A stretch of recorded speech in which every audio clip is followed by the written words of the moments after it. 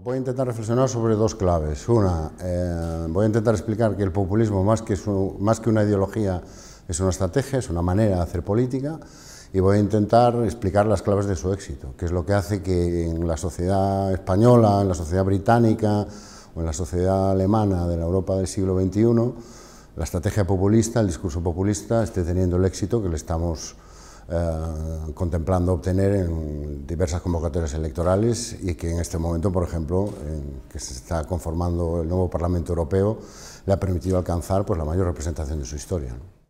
Bueno, las claves tienen que ver primero con la propia potencia de la estrategia populista, su capacidad para conectar con amplios sectores de la población que se sienten muy perjudicados tanto por la crisis económica como por las políticas que se desarrollaron para gestionar o para afrontar esa crisis económica, pero también con la capacidad para transmitir de manera muy potente mensajes muy sencillos, respuestas y soluciones muy sencillas, muy comprensibles frente a problemas muy complejos, ¿no? Yo lo que voy a intentar explicar en el curso es que uno de los errores que se comete a la hora de competir políticamente con las estrategias populistas es creer que esto es una batalla de ideas, y no, esto es una batalla de propaganda. Para empezar, hay que recordar a la gente que el populismo como tal, como estrategia política, nace en Estados Unidos. Es allí donde se funda el primer partido del pueblo y donde llegan incluso a competir en las elecciones presidenciales haciendo ticket con el Partido Demócrata, ¿no? Las respuestas, digamos, simples a problemas complejos, la promesa de volver a un pasado que se recuerda como un pasado estable, como un pasado donde, digamos, todo era reconocible y los problemas tenían unas dimensiones gestionables, es una reacción muy propia del ser humano. No se da solo en política, se da en la vida personal, ¿no? El factor clave, lo que ha cambiado realmente en Europa, no es que no haya populismos, no es que no haya derecha extrema, siempre la ha habido. El gran cambio que se ha producido, especialmente con el nuevo siglo, es que esa derecha extrema, ese populismo como estrategia electoral, ha decidido competir políticamente. Es decir, hasta ahora la derecha extrema no competía, no participaba del sistema democrático, no participaba del sistema electoral.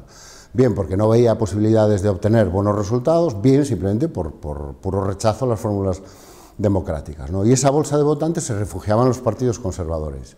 Bueno, ¿qué es lo que estamos viendo? Estamos viendo que la derecha extrema ha decidido competir electoralmente, que es lo que ha pasado en Francia, que fue pionera en ese sentido, es lo que ha pasado en Italia, es lo que está pasando en Alemania, es lo que está pasando en toda Europa del Este y es lo que está pasando en España. Es decir, no es que de repente hayamos descubierto que en España hay gente de derecha extrema, siempre la ha habido. Franco murió en la cama, no murió víctima de ninguna revolución.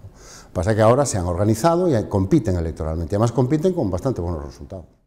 Uno de los problemas que tiene el populismo como concepto es la dimensión peyorativa.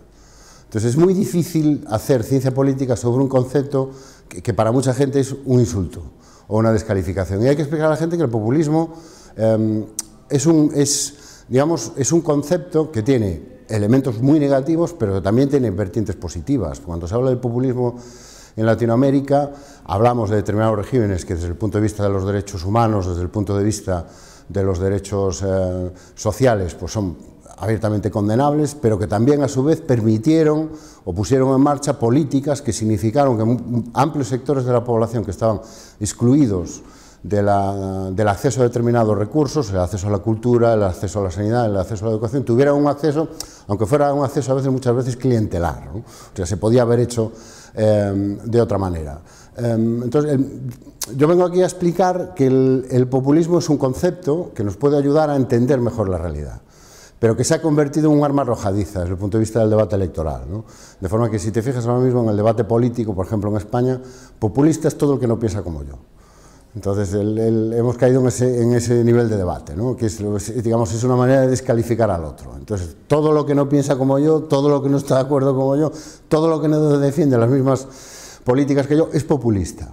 No, el populismo es algo que realmente se puede definir, se puede estudiar y nos puede ayudar a entender mejor lo que está pasando. Hemos entrado en una dinámica en la que la política va de tener razón. Si te fijas, el debate político, o sea, cada vez se articula más en torno a posiciones que se basan en yo tengo razón y los demás no. Claro, así es imposible hacer política, porque la política es el arte del compromiso. La política, para hacer política, es necesario un requisito fundamental, que es entender que los demás también tienen legitimidad y los demás también aspiran legítimamente a obtener determinados resultados. Entonces, claro, es muy difícil hacer una política productiva, una política de consenso, de negociación, de compromiso, si el punto de partida es yo tengo razón y los demás están equivocados. Y esa es la política en la que estamos ahora, es yo tengo razón, los demás están equivocados. Como yo tengo razón y los demás están equivocados, no tengo por qué ceder, no tengo por qué negociar, no tengo por qué llegar a compromisos. ¿Por qué? Porque tengo razón. Mientras no volvamos a una política en la que, vale, tengo razón, defiendo mis argumentos, defiendo mis objetivos, pero asumo que tengo que llegar a acuerdos y que los demás también pueden tener una pequeña parte de razón. Entonces, cuando se genera una base que nos permite llegar a acuerdos y nos permite llegar a compromisos, que, a fin de cuentas, eso es la política, llegar a acuerdos y a compromisos.